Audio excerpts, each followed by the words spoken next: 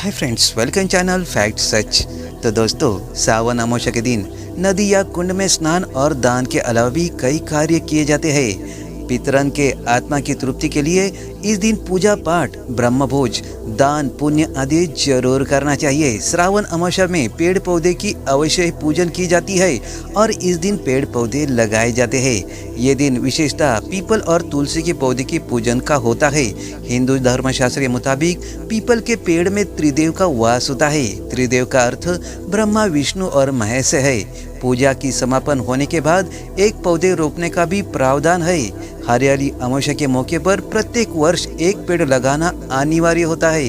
इस दिन खासकर पीपल, आम, बरगद, नीम और आंवला के पौधे लगाने चाहिए। दोस्तों, इस प्रकार हरियाली अमावस्या से पर्यावरण संरक्षण का ज्ञान प्राप्त होता है।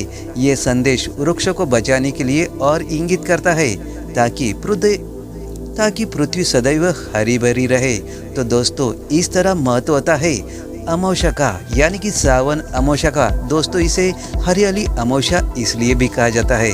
तो दोस्तों, आइए जानते दोस्तों इसके बारे में एक रथ कथा। तो दोस्तों, इससे पूर्व मेरे चैनल को सब्सक्राइब अवश्य करें, बेल आइकन प्रेस करके ऑल बटन पर क्लिक जरूर करें। तो चलो शुरुआत करते हैं रथ कथा से। तो दोस्तों, एक बार की बात है कि किसी नगर के राजा के बहू ने एक दिन मिठाई चुरा कर खा ली और बदले में एक चूहे पर दोष डाल दिया। ये सुनते ही चूहा तमतमा गया और उसने यह प्रण ले लिया कि एक दिन इसका सच राजा के सामने लाकर रहूंगा। तभी किसी दिन राज्य दरबार में एक अतिथि पधारे और वह राजमहल के अतिथि कक्ष में विश्राम करने गए। चूहे ने मौका हाथ लगते ही उस अतिथि के कक्ष में रानी के वस्त्र रख दिया। सभी लोग प्रातःकाल में उठकर आपस में बात करने लगे कि अतिथि के कमरे में छोटी रानी के कपड़े कैसे मिले। इसकी जानकारी जैसे ही राजा तक पहुंची तो राजा ने रानी को घर से निकाल दिया। तो दोस्तों, रानी रोजाना संध्या काल में दीप जलाती, ज्वार भूति तथा पूजन करके गुड़दानी का प्रसाद बांटा करती थी। एक दिन शिकार करके लौट रहे राजा की नजर उस रानी पर पड़ी। राजा ने राजमहल आकर सबको बताया, आज वृक्ष के नीचे कोई चमत्कारी चीज देखी है। झाड़ के पास जाकर देखा, वहाँ दो दिए एक दूसरे से बात कर रहे थे। उनके आपस के बीच की बातें थी, आज क्या क्या खाया सबने और कौन क्या है।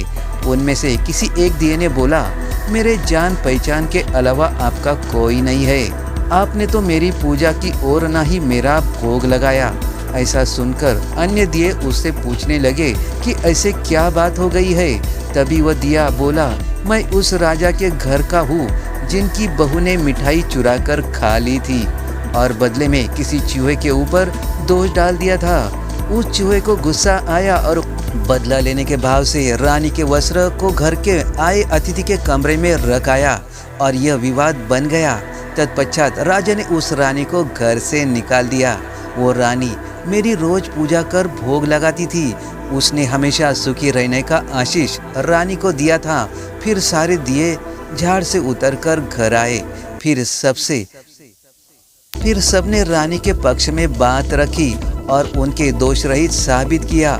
ये पूरी घटना सुनकर राजा ने तुरंत रानी को वापस घर ले आया और फिर सभी कुशल पूर्वक एक साथ रहने लगे। तो दोस्तों, इस तरह ये कहानी है अमावस्या की, यानी कि सावन अमावस्या के दिन दिए का इतना बड़ा महत्व होता है। तो दोस्तों, इस दिन दिए की पूजा की जाती है और दिया दान किया जाता है। दोस्तों, मंदिर या घर में दिया दान किया जाता है।